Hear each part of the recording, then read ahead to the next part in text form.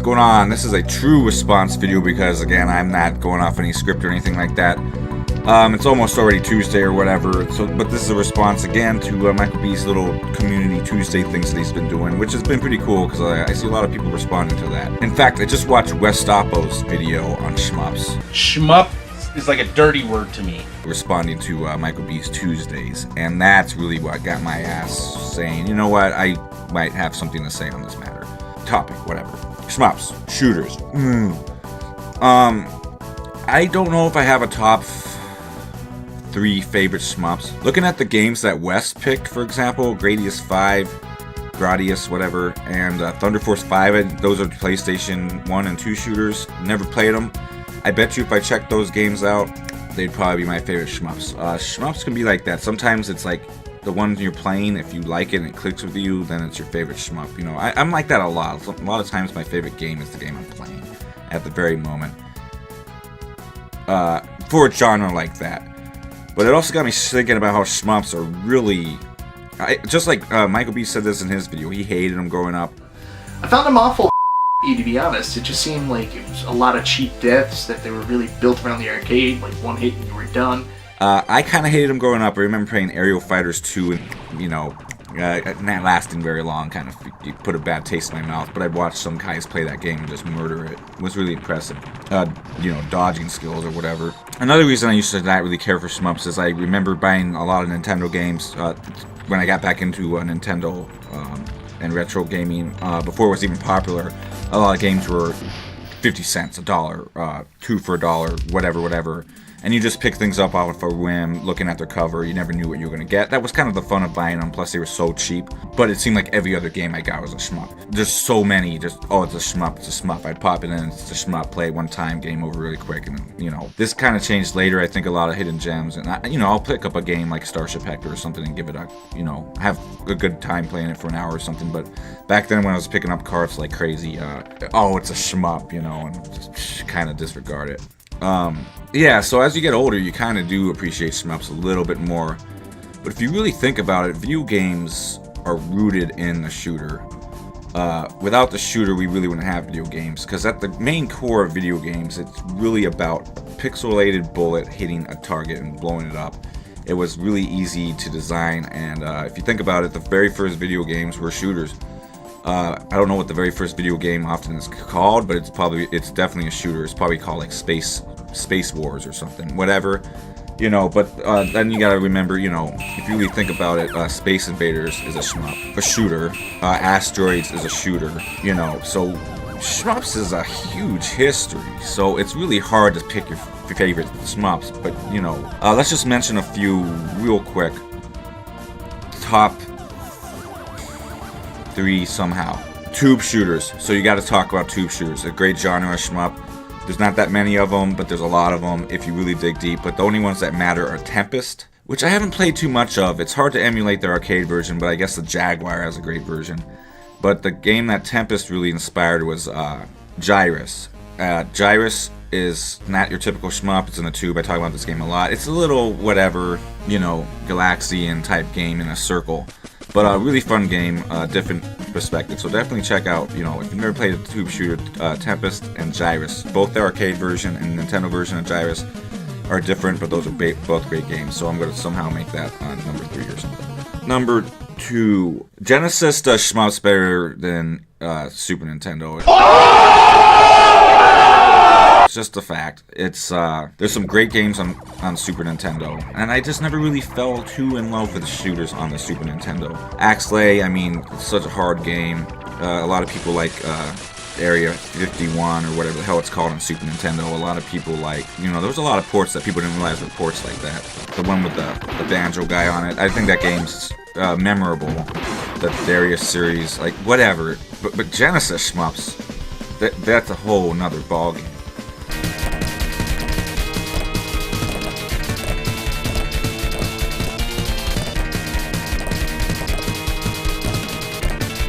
Now, I'm not going to put Musha on the list, even though I think that's a great game and everyone should play it, because I really haven't played it much. The soundtrack is freaking metal.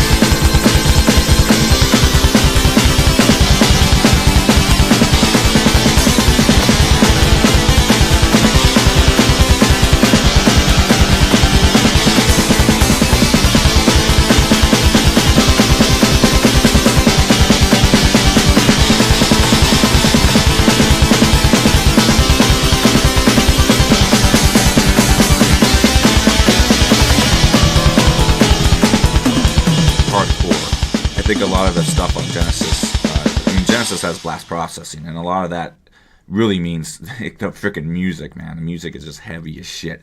Fast as balls, relentless, and the gameplay is not slowing down for you. But I'm gonna say Thunder Force 4. Dude, you can't do that to me! Did I survive that? Oh my god. Thunder Force 4. Now, Thunder Force 4 is a game I need to go back and visit, but it's an intimidating game. However, there was an option, a secret options menu, I believe, at the beginning. So, at the Sega logo, press A and start to change difficulty. Okay, good to know. If you play this game, if you've never played this game, play the game. But make sure you go in knowing what you're in for. Or whatever. Okay, hold on, let me catch my breath. Turn the options up. Put the game on easy. Put it on easy. It's still gonna wreck your ass. And turn the lights all the way up. But Thunder Force 4 is dope. But it's not for the faint of heart. We lost our cool weapon. That's how we... That's a bad thing. Okay, I didn't know. That thing looked like it might be a good thing. I thought it was a power-up. Oh my god. But at the same time, don't let that intimidate you from playing it. It's like saying, oh, don't play Contra. It's got a reputation for being hard or something. It's just like that. And you wouldn't want to just like deny yourself playing the Contra games just because it has a reputation or something. Definitely Thunder Force 4, even though I've only played it like one time. But it definitely left an impression. It's good. Music's fantastic too.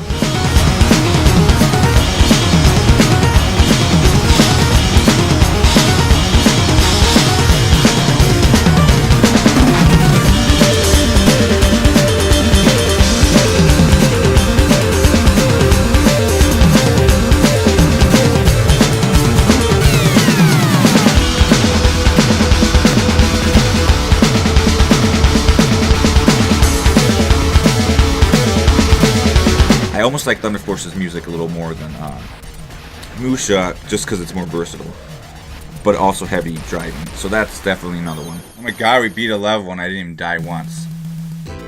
That must be the easy level. Again, we gotta give the arcade some love. People are not gonna talk about the arcade because a lot of these arcade games only came out in Japan, or they're just gone. They're relics. They never got ported, or if they got ported, they got ported too late, or whatever. So we gotta talk about the Dodonpachi series. There's a whole bunch of them. Or Donpachi series. It's a bullet hell shmup. If you've never played a bullet hell shmup, I actually think Dodonpachi is a great one. It's the second one in the series. It's a hard game to master. No one's gonna master it. You can credit feed it, but you won't get the good ending. It doesn't really matter. It's a great ride, I think. Bullet hell shmups are a little different than other games. Basically, your ship's hitbox is not what you would think. Actually, there's only a little tiny pixel where you really can get hit. So bullets can actually kind of go through your ship if you know exactly where that hit point is.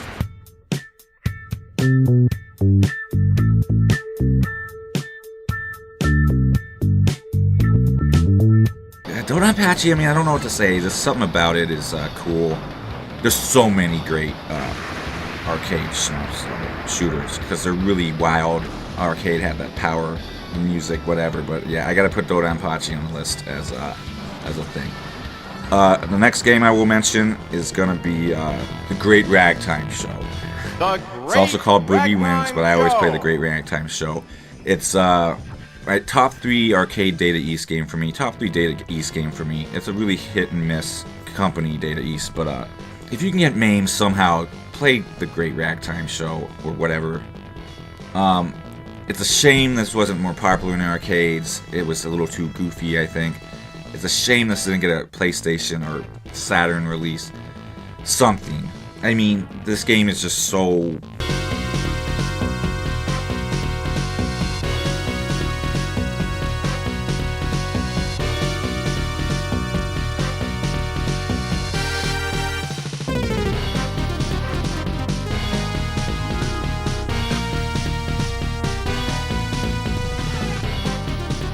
out there, and it's almost like a Metal Slug clone in a way, like, because when you die, you become this little guy the size of a lemming, with a gun. And this game is nuts, man. This game, I wish this game had more sequels because the ideas that are in place here are really fun. I've never seen anything quite like it before or since. I think the game has issues in a little, you know, it's an arcade game, but I think, God, like, a sequel to this would have been amazing. Because conceptually, it's nuts. Out of the 4 initial levels, before you go to the last levels, it's a little, one of the levels isn't too exciting.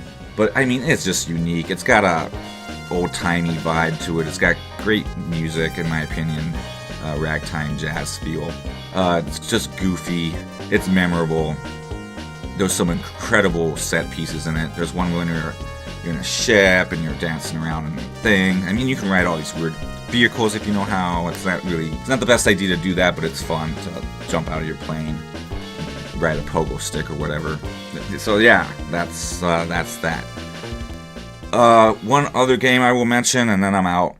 So I don't know how many top whatevers I've done. And again, old arcade games. There's so many to shout out. Last season, I have a show where I fight Jason versus Dick. We did a bunch of the first shooters where you could kind of free roam around. There was a bunch of good ones on there. Shouts out to Juno First. Juno First is very fun. But I'm going to mention a game called Rendering Ranger R2 for that Super Famicom. Get a repo cart. Get an EverDrive, you freaking people. Get an EverDrive. Or emulate it. The game is the most expensive Super Famicom game, I believe. Anyway, this game is not a shooter. It's like it looks like Contra, but it's more of a die game, which you people love. You guys are masochists. This game you're gonna die a lot. Put this one on easy too. Trust me. However, every other level it alternates, and you'd think there'd be a sacrifice here, but really this game's I think even more a shmup than a Contra sort of die clone game. And this game looks incredible for a Super Nintendo game. It looks like a PlayStation game. And you know what? I don't know where the slowdown on this is. Like, Super Nintendo shmups slow down to a crawl. Sega Genesis games, not really so much. Super Nintendo ones, they go to a crawl. Play Gradius 3 or whatever, you know it. You know what I say to be true. But this game, there's no slowdown. This game looks amazing. It's hard. I got into the last level a few times. I need to revisit this game for sure. So it's a hybrid game, but that's what kind of makes it cool. And definitely check it out. Like, I don't know what else to really say. I guess whatever. So these are kind of like my top 5, and then just, you know what I mean. And then once in a while I'll play a shmup, and then I'll just, you know, Gun Knack is a great one that might be mentioned. There's a lot of them. This is kind of what you're in the mood for and what you're playing at the time. I mean, there's so many. Twinkle Star Sprites. I mean, you can find these little cute little battle games. That you know, there's a lot. But again, I think this genre is definitely the most influential genre because video games really did stem from it. So that's cool to give it some love. So I guess that's it for me. I don't know what I'm... Problem. I don't like that face. You need to change it. Change it quick. Stop making that face.